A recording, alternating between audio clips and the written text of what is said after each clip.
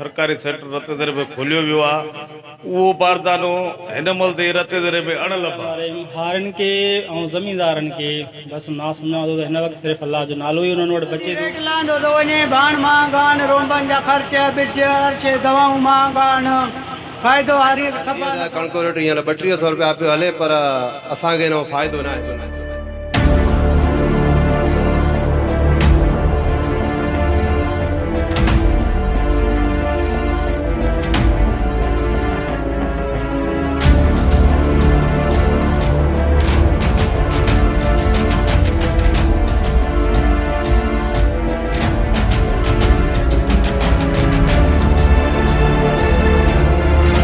बिस्मिल्लाहिर्रहमानिर्रहीम। हारनि खे ऐं ज़मींदारनि खे बसि ना सम्झां थो त हिन वक़्तु सिर्फ़ु अलाह जो नालो ई उन्हनि वटि बचे थो। छो जो अॼु खां 3-4 महीना अॻु में जेको ॿिजनि जो मरहलो हुयो उन वक़्तु बि मार्केट में हिकु अणढंगी माना अहिड़ा फ़ैसिला कया हुया जेके ज़मींदार खां अलावा जेके डीलर हज़रात आहिनि या जेके वापारी हज़रात आहिनि, ॿिज रोज़ु ॾींहुं माना फ़ी तारीख़ 300-400 रुपया 50 किलो ते वधाइनि पिया। मल्टीनेशनल कंपनियूं आहिनि जेके हाणे मुसलसल पोइते 2 सालनि खां वठी उन्हनि ॿिज ॾियणु मार्केट में बंदि करे छॾियो, लेकिन रते देरे मार्केट में वॾनि वापारियुनि वटि उन्हनि कंपनियुनि जा बाचका पंहिंजा प्रिंट करे आम पंहिंजो गुदामनि मां भरे करे हारनि खे ॾियनि पिया 100-1000-1200 रुपया फ़ी कटे ते चाढ़े करे।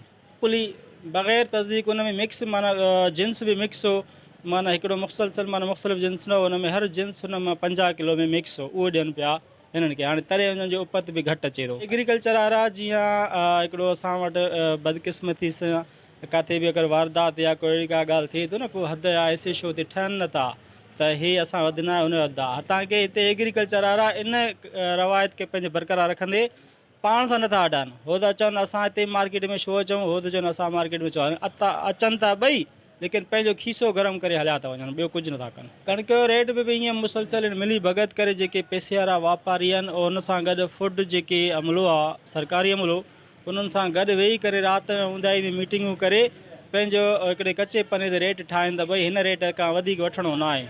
और हुननि खे ख़बर आहे बारदानो असां वटि आहे, असांजे माण्हुनि वटि आहे, पोइ बारदानो भरे करे राति राति टेला पास था कनि। हाणे ग़रीब माण्हू रड़ियूं करे त कंहिंजे अॻियां रड़ियूं करे, AC DC सभु हिसाब पती में मिलियल आहिनि। ऐं ग़रीब जो अगरि रड़ करे त कंहिंजे अॻियां रड़ करे, इन करे गुंगा थी वेठा आहिनि वीचारा, मजबूर थी वेठा आहिनि। बारदानो हारनि खे त ख़बर ई न आहे त बारदानो थींदो ई कीअं कहिड़े तरीक़े सां आहे। हिननि खे त सिर्फ़ु ज़हन में इहो आहे त अलाह करे रेट वधे असांजा कर्ज़ लाहिनि, अलाह करे रेट वधे असांजा कर्ज़ लाहिनि, बसि इन परेशानी में अञा वीचारा परेशान नज़र था अचनि। अस्सलाम वालेकुम। जीअं त सही अॼु मंडी में रेट हलियो आहे 3300 रुपया। बाक़ी सरकारी बारदानो जेको आहे त सरकारी सेक्टर रते दरे में खोलियो वियो आहे उहो बारदानो हिन महिल ते रते दरे में अणलभ आहे। कंहिंखे ख़बर ई न आहे त बारदानो पियो आहे न आहे पियो, पर बारदानो मिलियो आहे। उहो बारदानो कंहिंखे मिलंदो, उहो मिलंदो वापारियुनि खे, जेका उन जा मनपसंदि माण्हू आहिनि उन्हनि खे बारदानो ॾींदा।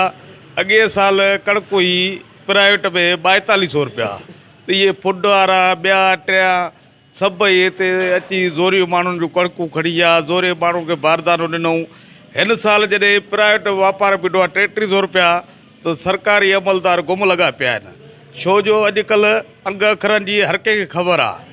अवा 3300 रुपया हले थी, 3300 रुपये जे हिसाब सां इन्हनि खे ॿोरी ते माना 1200-1300 रुपया बचनि था। त इहे 1200-1300 कीअं चवंदा त आबादगार कमाए, ग़रीब माण्हू कमाए। पोइ इहे फूड इंस्पेक्टर, इहे जेके मथियां मुलाज़िम आहिनि, इन्हनि जा जेके साथारीदार हूंदा, इहे बारदानो खपाईंदा। 700-800 रुपया ॿोरी ते ॿुधो आहे त बारदानो खपाए उन्हनि वापारियुनि खे उहो ॾिनो वियो आहे। छो जो इहे पंहिंजी रोज़ी जे कढ आहिनि। छो जो सिधो कणिक जो वापारु आहे, उनखे ख़बर आहे त असांखे 1300-1400 रुपया बचंदा, उनजे करे असां ग़रीबनि खे छो ॾियूं बारदानो। इहो बारदानो लिकाए पंहिंजे मनपसंदि माण्हुनि खे वेठा ॾियनि था। ऐं इहे 3300 रुपये जे रेट सां ज़मीनदार खे कुझु बि नथो बचे। छो जो थ्रेशर हणाईंदा, थ्रेशर जे सही जा 2.5 किलो कटा, 2.5 किलो उन ई बरनि 100 रुपयो मण ते हिननि जो हेतिरे ते ई कणिक पुॼाइनि था। उहो ख़र्चु अथनि। भाण जेको आहे, जेको भाण ब्लैक ते हिननि खे मिलियो आहे 6000 रुपया ॿोरी मिली आहे रोकनि जे हिसाब सां। हे ग़रीब मज़दूर हारी जेके वीचारा ओधर ते खणनि था याज जे हिसाब सां 8-8 हज़ार रुपया ॿोरी, माना अछे भाण जी 16,000 रुपया 17,000 रुपया कारो भाण। हर आहिनि, हे आहे हो आहे, ख़र्चु घणो आहे। कंहिंजी बि पूराई न पवंदी, ग़रीब माण्हू उहो ई लुड़िजी वियो, कणिक मां को बि ग़रीब खे फ़ाइदो न पवंदो। सर जीअं त कणिक जो रेट हींअर 3200 रुपया पियो हले, पर असांखे हिन फ़ाइदो न आहे बिल्कुलु। छो जो असां भाण महांगा वरिता आहिनि, ॿिज महांगा आहिनि, हर महांगा आहिनि, असां कुड़मियुनि सां हारियुनि सां मज़दूरनि सां वॾो ज़ुल्म आहे।